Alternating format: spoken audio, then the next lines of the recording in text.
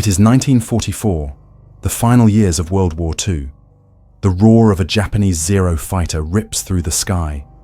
A young man, no older than 18, grips the controls of a battered Zero fighter plane as it hurtles toward its final target, a massive American warship.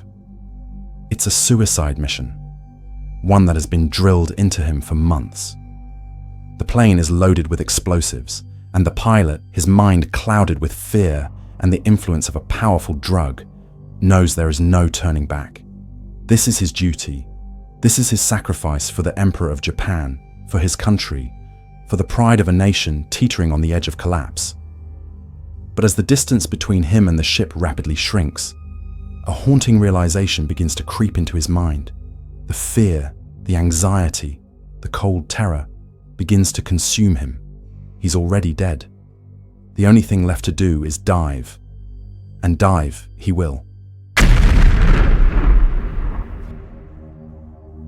The kamikaze missions were more than just desperate acts of war.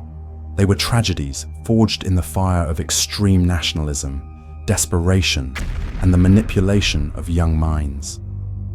And at the heart of this desperate tactic lay an even darker force, methamphetamine.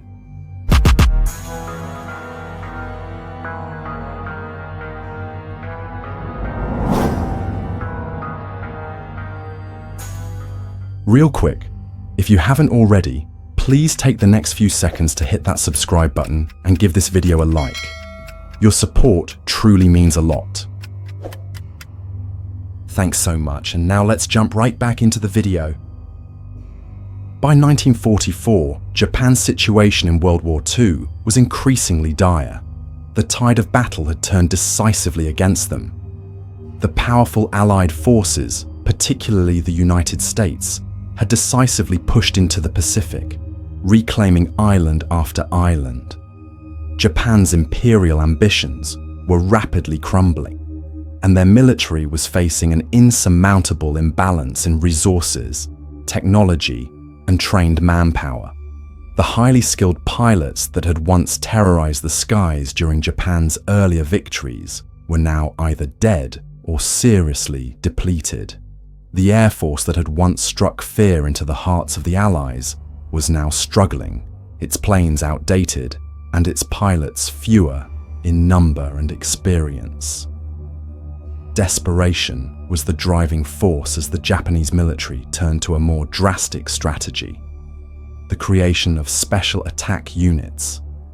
These units were designed not for conventional warfare, but for suicidal missions. Last-ditch efforts to slow the Allied advance at any cost. Among the most infamous of these units were the kamikaze pilots, men who would dive their planes into enemy ships, not expecting to return. It wasn't just a military strategy. It was the culmination of a deeply entrenched culture of sacrifice.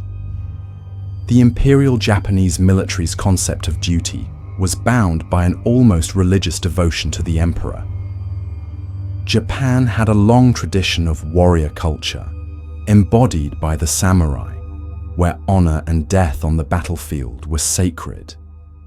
But by 1944, Japan faced not a traditional battle for glory, but a desperate attempt at survival.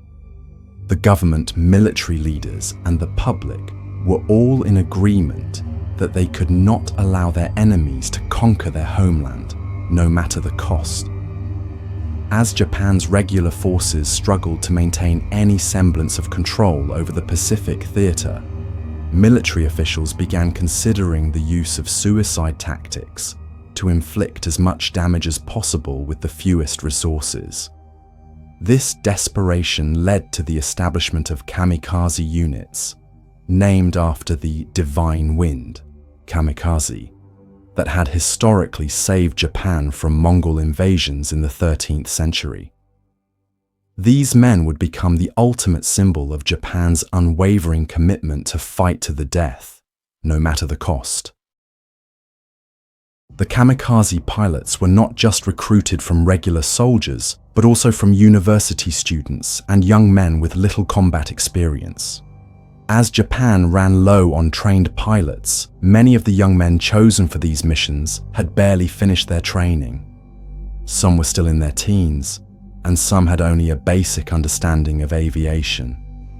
By 1945, the Japanese military was so pressed for manpower that they even began drafting students who had previously been exempt from military service into the fight. In many ways, the Kamikaze missions represented the total desperation of a nation facing total defeat. These were not simple, voluntary acts of heroism. While initially, Kamikaze recruits were given the option to volunteer or decline, the pressure was immense. The atmosphere within the military and society at large left little room for refusal. Peer pressure, the strong sense of duty, and the heavy weight of cultural expectations pushed many of the young men to choose suicide as their final act. The recruitment process for kamikaze pilots was far from democratic. On the surface, recruits were given 3 options on a form. I passionately wish to join, I wish to join, and I don't wish to join. However, the choice was illusory. Those who declined were often made to feel as if they were betraying their comrades, their families, and even their emperor. The military created an atmosphere in which there was no real choice, not if you wanted to be seen as a loyal, patriotic Japanese man.